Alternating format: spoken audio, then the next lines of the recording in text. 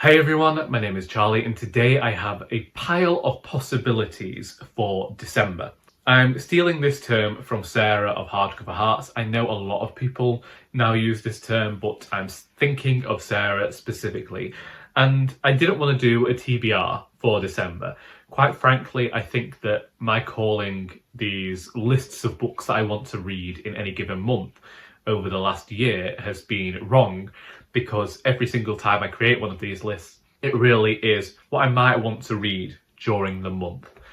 And because I have a very busy December ahead of me, I don't know that I'm going to get to all of these books. It's just that they are books that all seem to be to do with the season, apart from the two books that I've started, and so I'll be finishing in the month of December. The first of these is The Last Chronicle of Barset by Anthony Trollope. I have not listened to this book at all in November, but I am planning on doing some jigsaws and doing some reading of this. I definitely want to finish this before the year's out. I did talk about how I was going to read this over more than 1 month, and I think that I have to do that with Trollope, so I'm not too mad that I haven't finished this one yet. Similarly, I started The Shadow Rising by Robert Jordan, but other books took priority that I definitely wanted to read more than this, and I wanted to dedicate time properly. And so I think I'm looking more towards the second week in December, maybe. As I say, weeks get very busy for me now.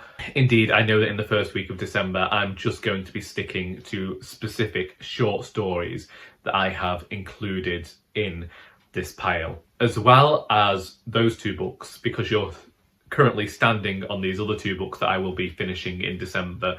We have the complete short stories of Elizabeth Taylor that I've been reading since August, and then I will have read all of the work that has been published by Elizabeth Taylor. And I'll be finishing the Christmas Chronicles by Nigel Slater, as well as the Kitchen Diaries 2 by Nigel Slater. I don't think I've ever shown that book on screen yet, but I've been reading that book the entire year. I started it in January and it's going to be getting finished in December. And yeah, that's been a fun experience to carry a book through all that time. It's felt like the book of 2024 really, because it's been the one I've spent the most time with. What I think I'm going to do first is just go through the short stories that I've got. Now, I'm including these because, as I say, a very busy month is December, not least because of work. We're heading into the festive period, which is always a busy time at the charity shop. And we really only have like 3 full weeks to get all of our Christmas stock out. Next Monday I'm in, Tuesday evening is our long day of opening. On Wednesday morning, even though I'm usually off on Wednesday, I have a meeting, and then in the evening we've got the Poems and Pirates, which is the seasonal edition. Still have to write something for that unless I read something I've written before. I think I have Thursday off before Friday and Saturday back in work, and it just feels like an ongoing cycle. I know a lot of people actually deal with a lot more intensive jobs than I currently have. Anyway, about a fortnight ago, I found this book, which is Classic Christmas Crime Stories, edited by David Stuart Davis. And this was a gift from my good friend Joy Winkler last Christmas. And I remember saying to her at the time, this was fantastic because I really enjoy these editions of books. I think they're great to be able to carry around with you and just to pull out of your bag. And I always enjoy the embossed plain linen jackets of these things. But also, I really enjoy classic crime, and some of these are authors I've heard of before.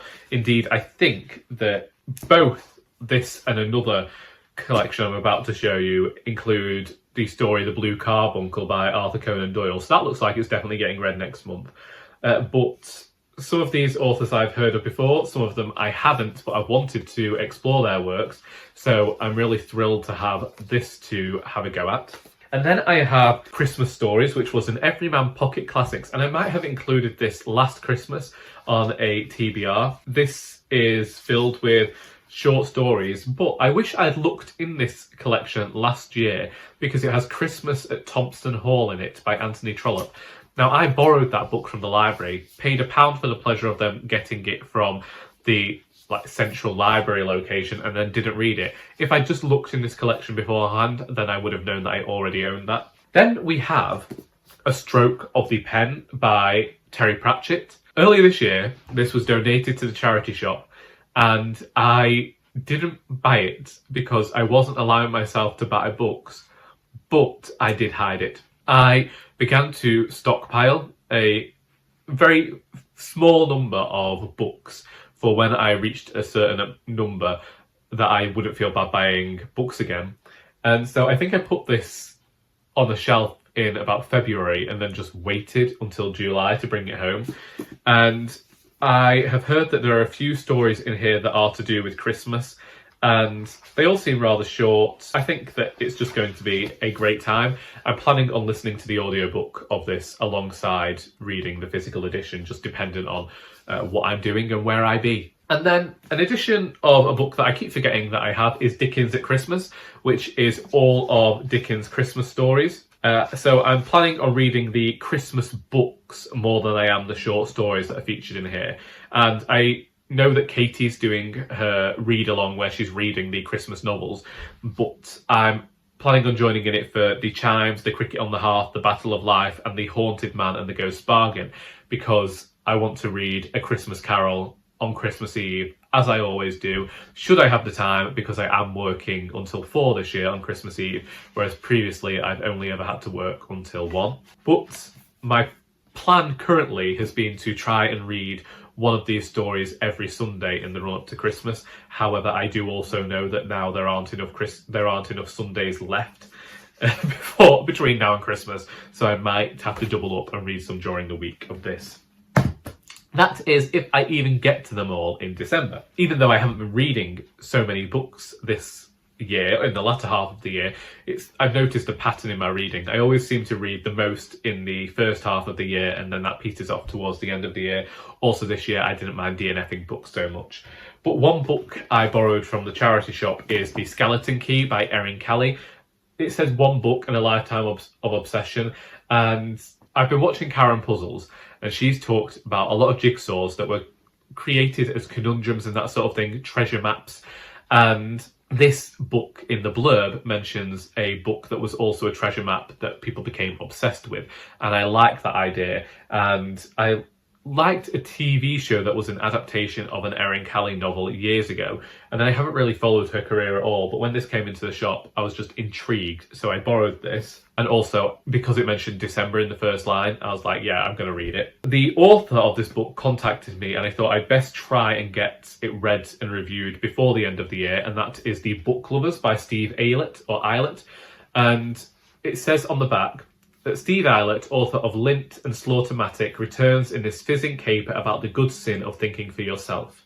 The kidnap of a rebellious heiress leads Inspector Nightjar into a steampunk underworld of brain-love, greed and revolution. Can the Raven method uncover the big truth? What powers Thousand Tower City? Why are books telling unfamiliar stories? How cozy is anarchy? When the author contacted me to ask whether I wanted a copy of this book, my response was, this sounds like just the sort of absurd I enjoy, and I'm hoping that it is. I'm hoping that I didn't offend the author by saying that it sounded absurd. I then have The Christmasaurus and the Winter Witch by Tom Fletcher. I read The Christmasaurus years ago, and sometimes I think that I just like some childhood whimsy and magic. I know that I am probably going to read this incredibly quickly, and if I am going to read it quickly, I think I'll try and read it within the next few days, just so that I can take it back to the charity shop and some child can enjoy this before Christmas. Then we have The Long Shadow by Celia Fremlin, which is another book that I got from the charity shop. The blurb of this one reads, jolted from sleep by the ringing of the telephone, Imogen stumbles through the dark, empty house to answer it. At first she can't quite understand the man on the other end of the line. Surely he can't honestly be accusing her of killing her husband Ivor, who died in a car crash barely 2 months ago. As the nights draw in, Imogen finds her home filling up with unexpected Christmas guests who may be looking for more than simple festive cheer. Has someone been rifling through Ivor's papers? Who left the half-drunk whiskey bottle beside his favourite chair? And why won't that man stop calling, insisting he can prove Imogen's guilt? 242 pages sounds like a nice Sunday afternoon read, so there we have that. And a book that I really still am unsure whether I'm going to read is Christmas Carols from Village Green to Church Choir by Andrew Gant. And this has a CD of Christmas carols, which the author is discussing in here, the history of the Christmas Carol and that sort of thing.